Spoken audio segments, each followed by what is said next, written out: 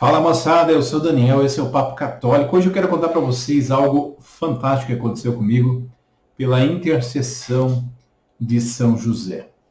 Bom, primeiramente eu queria dizer que os santos para nós, conforme o catecismo, são modelos de seguimento de Jesus e intercessores. Nada mais que isso, nada menos que isso. Católico não adora imagem, não adora Maria, não adora santo. Católico sabe que o único nome pelo qual nós devemos ser salvos é Jesus Cristo. E que o único mediador por excelência é Jesus Cristo. Quando a Bíblia diz que há um só mediador entre Deus e os homens, a Bíblia está falando de salvação. Quando em Atos 4,12 diz que há um nome pelo qual nós devemos ser salvos, o nome de Jesus, a Bíblia está falando de salvação. Mas quando a Bíblia fala que se façam orações por pessoas que governem a autoridade, ela está falando de intercessão no sentido de oração. E é assim que nós entendemos os santos. Os santos não estão dormindo pela doutrina católica, eles estão juntos de Deus, vivos e muito vivos, e intercedem junto a Jesus por nós. Podemos pedir a Jesus diretamente, claro, o véu do templo foi se rasgado. Podemos ter acesso direto a Deus? Lógico que sim. Agora, os santos foram pessoas que levaram ao extremo o seguimento de Jesus. Eles são mais íntimos de Deus do que nós. Eles têm mais intimidade com Deus e por isso podem pedir melhor do que nós. Bem, eu não era devoto de São José, na verdade, São José nunca fez parte da minha devoção particular de santos. Eu gosto muito de Padre Pio, eu gosto de Santo Antônio, eu gosto de Santa Ágata, que por não negar a fé perdeu, teve os seus seios arrancados. Eu gosto de São João Crisóstomo, o Boca de Deus, pela sua pregação. Eu gosto de Santa Faustina, a quem Jesus revelou o livro da Divina Misericórdia.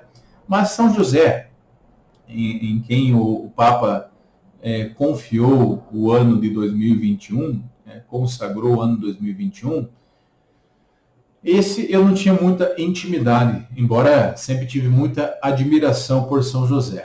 Bom, mas antes de falar desse testemunho, eu quero dar um embasamento aqui do Catecismo. Catecismo 956. Pelo fato que os do céu estão mais intimamente ligados a Jesus Cristo, consolidam mais firmemente a toda a Igreja na santidade. Não deixam de interceder por nós ante o Pai. Apresentam, por meio do único mediador entre Deus e os homens, Cristo Jesus, os méritos que adquiriram na terra. Sua solicitude fraterna ajuda, pois muito a nossa debilidade. Então, o próprio Catecismo fala que eles intercedem ao único mediador, Jesus Cristo. São Cipriano de Catargo, no ano de 200 a 258, o ano que ele viveu, de 258 depois de Cristo, na Epístola 57, ele diz o seguinte: se um de nós partir primeiro deste mundo, não cessem as nossas orações pelos irmãos. Então, uma clara advertência que os cristãos rezassem pelos falecidos. Também no livro dos Macabeus, que foi suprimido por Martim Lutero, da Bíblia evangélica, e aqui a verdade é essa mesmo, porque os católicos sempre usaram o cânon amplo. O cânon amplo foi confirmado por 3 concílios da Igreja antes de Martim Lutero. Martim Lutero tirou os 7 livros do Antigo Testamento. Em um dos livros, no Macabeus, fala da oração pelos mortos. Mas, no Novo Testamento, Apocalipse, capítulo 6, versículos de 9 a 11, diz o seguinte: quando abriu o 5º selo, vi debaixo do altar as almas dos homens imolados por causa da palavra de Deus e por causa do testemunho de que eram depositários. Clamavam em alta voz, dizendo: até quando tu, que és o Senhor, o Santo, o verdadeiro, ficarás sem fazer justiça e sem vingar o nosso sangue contra os habitantes da terra?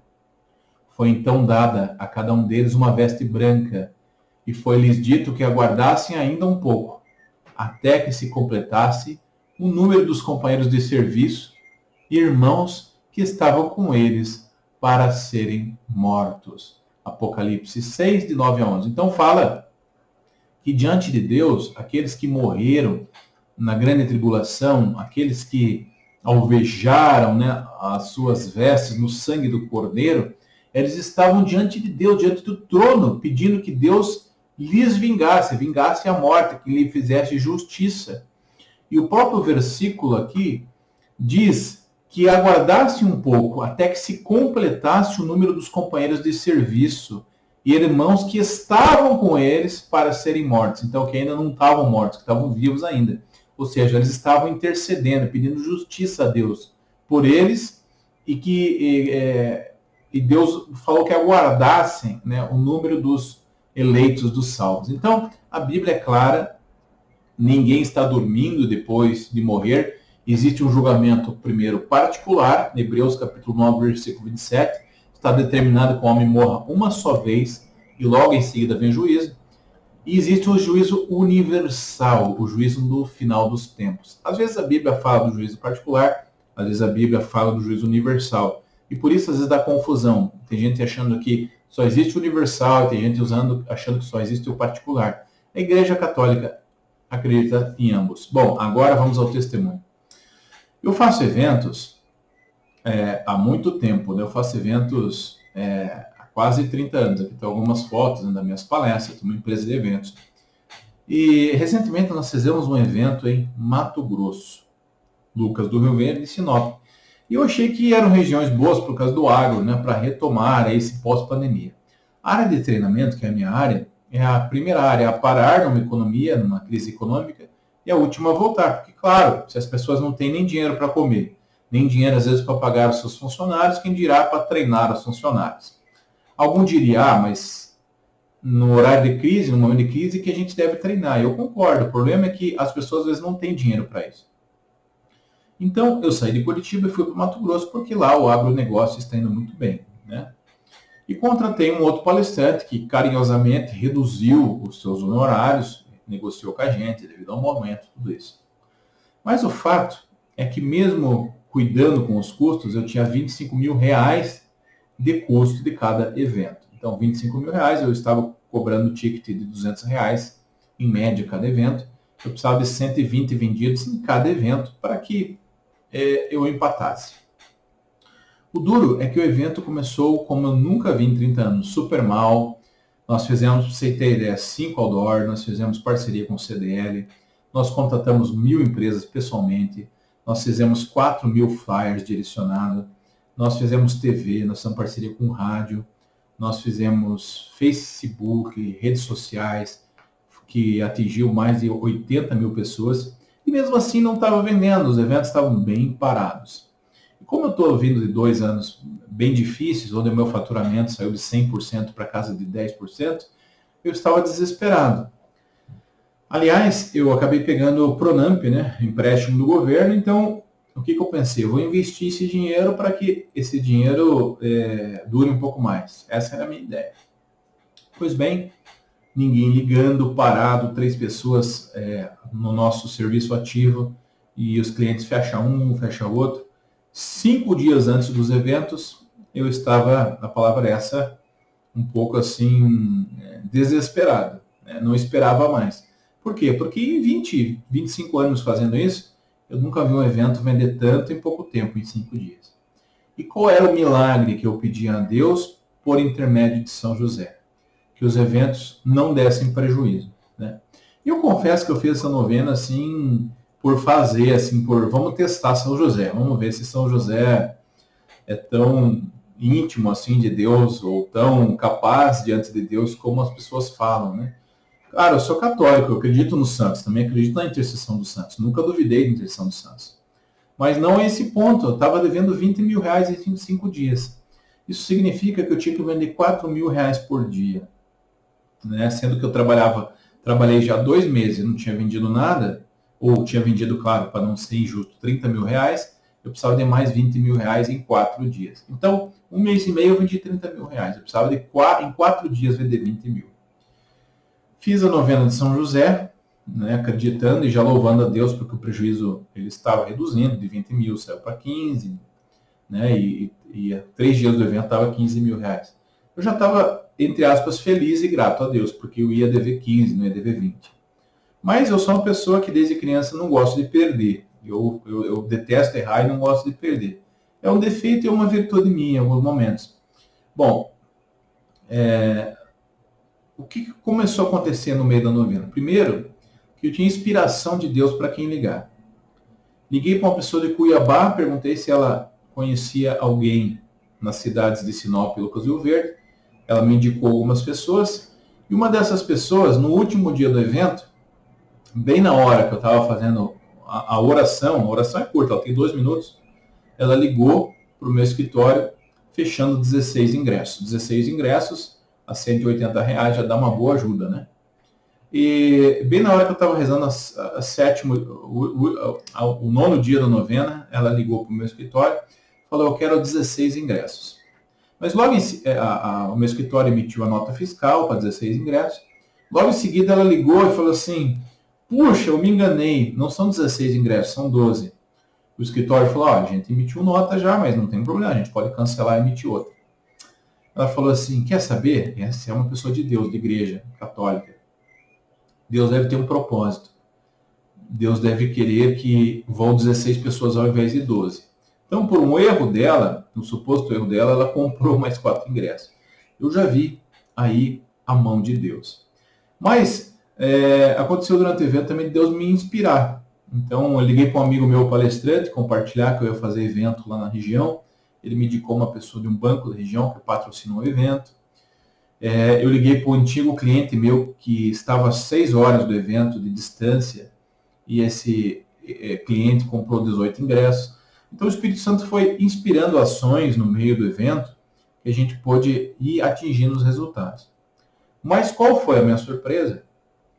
Quando eu chego a almoçar com o palestrante, segundo palestrante convidado no dia do evento, e ele começa a dizer que fez uma capela dedicada a São José, empreendedor na chácara, que era a única capela do mundo. E ele me deu um bilhetinho que está na minha carteira e falou assim, eu trouxe para você, essencialmente isso. Então, o outro palestrante era devoto de São José. E eu te pergunto, qual que é a chance de um palestrante, primeiro, ser católico, né? Segundo, ser devoto de São José. E ele me entrega esse bilhetinho aqui. E eu vi ali São José dizendo para mim, né? Um sinal de Deus, eu estou com você, estou contigo. Estou ouvindo as suas orações. Deus ouviu as suas orações, estou clamando ao meu filho, com quem eu carreguei nos braços e tive intimidade, para que atinja, porque a graça de Deus recaia sobre os seus negócios, sobre o seu evento, que eu trabalhei, eu sei o que é trabalhar, eu sei o que é ser pai e levar o sustento para a família. Se não fosse isso, no dia da palestra, eu fiz a minha palestra em primeiro lugar e em segundo lugar o outro palestrante foi falar. Enquanto ele estava falando, eu procurei um lugar vago, e tinham poucos lugares vagos. Eu sentei do lado de um rapaz.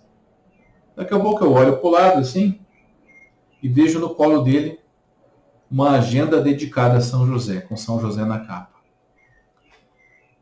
Claro, para um ateu isso vai ser coincidência. Até uma coincidência possível, mas para nós é uma grande providência.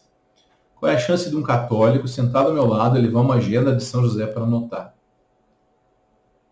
Agora, no final de semana, 2 dias após o evento, fui numa gruta com a minha família, aqui em Colombo, chamada Gruta do Bacaitava.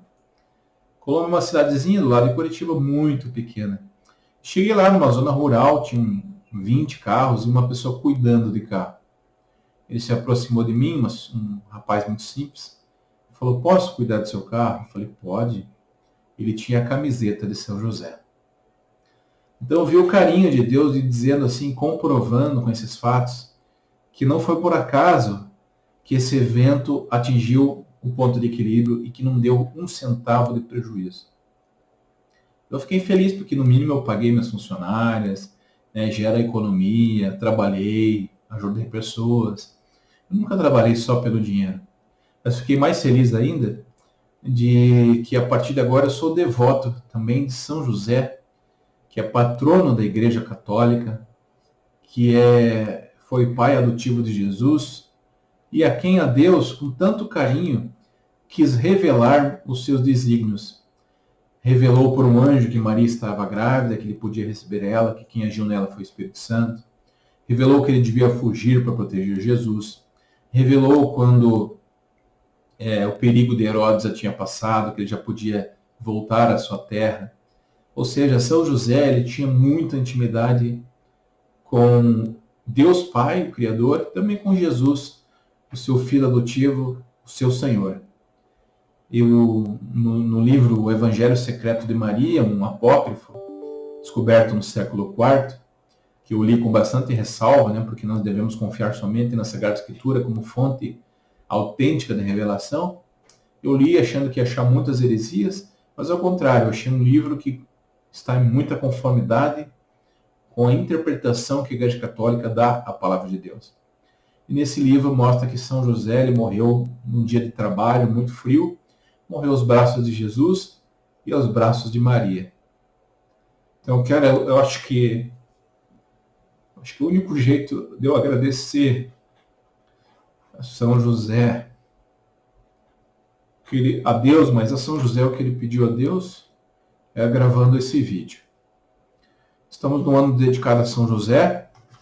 Neste ano, a Igreja dá indulgência plenária a quem se confessar em estado de graça, assistir à missa, rezar um Pai Nosso, Ave Maria, um Creio pelo Papa. Indulgência plenária é o perdão das penas. Deus perdoa as culpas, mas existem as penas. Só os santos verão a Deus. A gente acredita no purgatório, que é o estado de purificação antes de vermos Deus face a face. Nesse ano nós podemos rezar cada missa por uma alma. Ou você reza por você mesmo, ou por uma alma que está no purgatório. Provavelmente esteja no purgatório. Cada pecado mortal confessado, ele requer, segundo uma santa, eu não lembro agora o nome dela, não lembro agora, Santa Francisca Romana. Santa Francisca Romana teve essa revelação que para cada pecado grave confessado e perdoado por Deus, nós ficamos em média 7 anos no purgatório. Então até uma pessoa santa, ela pode passar por esse estágio de purificação, que na verdade é um estágio de misericórdia, porque se não tivesse purgatório, só céu e inferno, nós estaríamos lascados. Deus nos dá uma oportunidade de purificação antes de vê-lo face a face. Tá bom? Isso tem base bíblica, mas é tema para um outro encontro. São José, patrono das famílias, rogai por nós.